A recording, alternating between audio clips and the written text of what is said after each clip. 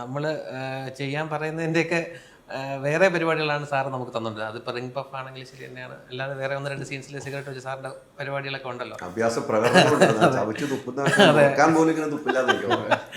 അതെ, ഇതൊക്കെ സാറ് കയ്യിൽ നിന്ന് സാറ് തന്നെ ഇറങ്ങിയിട്ടതാണ്.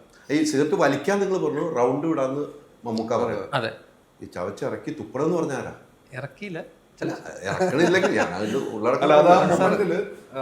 പിന്നെ ആ ഒരു മൊമെന്റിൽ ഇതുപോലെ സിഗരറ്റ് ഇരിപ്പുണ്ട്. സിഗരറ്റ് ഒരു ബെയ്റ്റ് ആയിട്ട് ഉപയോഗിച്ചാണ് ഒരാളെ ഒരു സ്ഥലത്തോട്ട് കൊണ്ടുവരുന്നത്. അതിന് വേണ്ടിയിട്ട് അദ്ദേഹം ഉപയോഗിക്കുന്ന ടൂളാണ് സിഗരറ്റ്. അപ്പൊ അവിടെ എത്തിച്ചു കഴിഞ്ഞ് പിന്നെ ചെയ്യേണ്ട ഒരു ആക്ട് ഉണ്ട്. അപ്പൊ ആ ആക്ടിന് കയ്യിലിരിക്കുന്ന സിഗരറ്റ് ഒരു ഒബ്ജക്ഷനാണ്, തടസ്സമായിരിക്കും.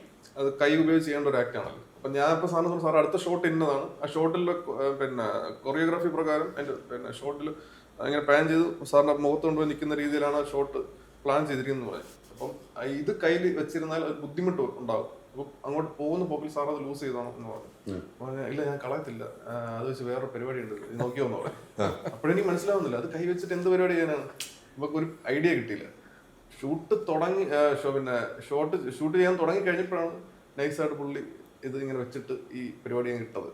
ഇത് കണ്ടപ്പോ തന്നെ അവിടെ ഇവൻ എന്റെ അടുത്ത് വന്നിട്ട് കൈ ഇങ്ങനെ കാണിച്ചു. കാരണം കട്ട് പറഞ്ഞ മൊമെന്റിൽ മൊത്തം കൈയടി.